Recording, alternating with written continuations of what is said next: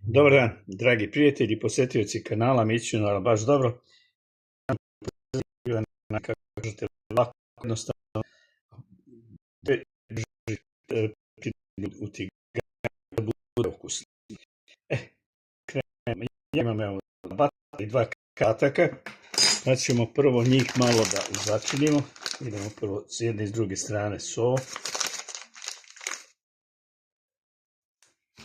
biber,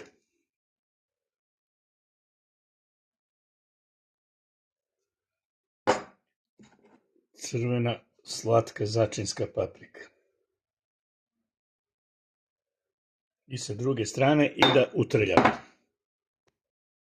Kad smo začinili, ćemo svaki komad da uvaljamo u brašno.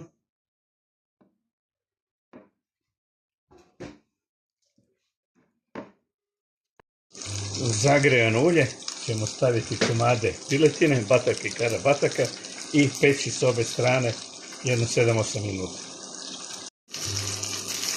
Kad dobije ovakvu boju, skidamo i odlažemo sa strane. Ja nisam kožicu skidao, meni je lepše ukusnije sa kožicom. Ovo je domaća piletina, pogledajte kako će to žuti. U istu masnoću dodamo jedno 30 grama putera.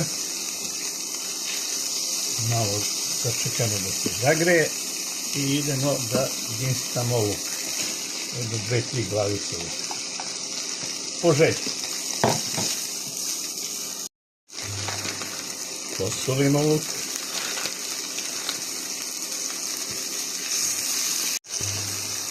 Malo pred kraj dinstanja crnog luka dodamo beli. Dodajemo 2 decilitra pavlake.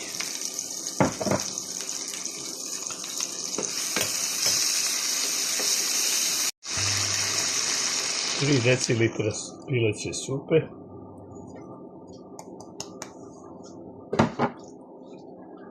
Onda vratimo meso i jedno 30 minuta ćemo ovako kuvati i po potrebi dolivati vodu.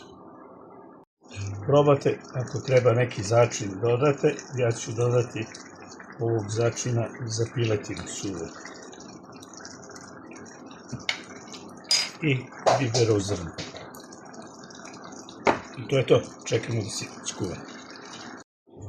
Evo 10 minuta, gotovo je. Idemo da ga poslužimo sa pire krompirom. Evo pogledajte. Malo jedna lepa letnja prolećna zelena salata, pire krompir i ovi bataci. Savršeno jedno jelo i jednostavno.